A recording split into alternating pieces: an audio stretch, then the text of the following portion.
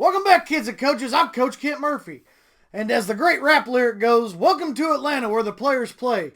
Just not as well as you'd hope in the Atlanta Braves 2020 preview.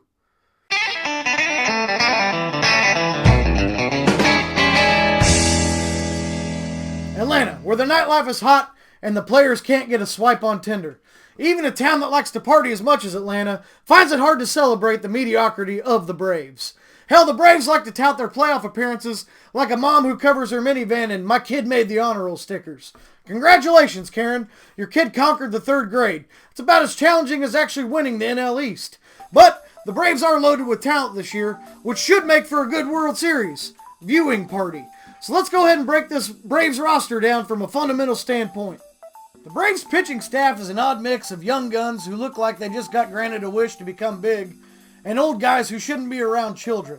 Soroka and Fried better be careful because whatever Hamels has had for the last decade might be contagious.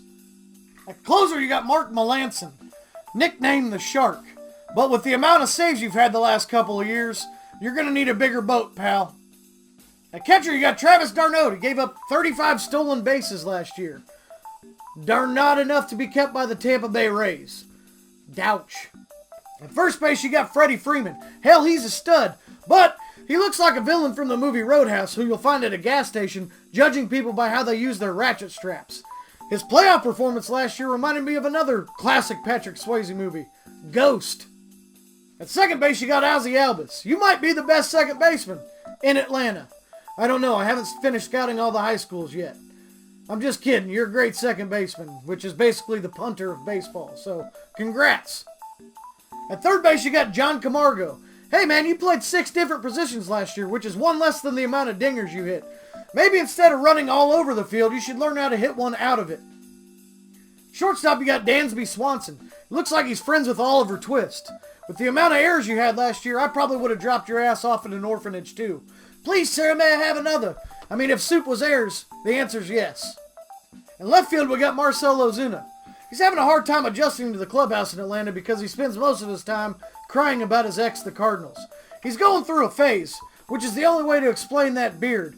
Hopefully you have some of that bleach left over so we can dump it on your batting average too and start over there as well. In center field, we got Ender Inciarte. If I had your dinger numbers, I would ender my career. If your stats were a rapper, they'd be ludicrous and you'd be outcast. In right field, we got Ronald Acuna Jr. He crushed 41 dingers last year. This year, he might go for 40-40. With numbers those good, you could steal an MVP from Barry Bonds like some other asshole in Atlanta. Yeah, Terry, I didn't forget.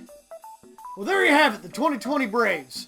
Maybe if you ease up on using Bobby Cox's glove lube, you'll stop slipping out of the playoffs before completion. Hell, it's a crime dog that the Braves don't have more World Series trophies.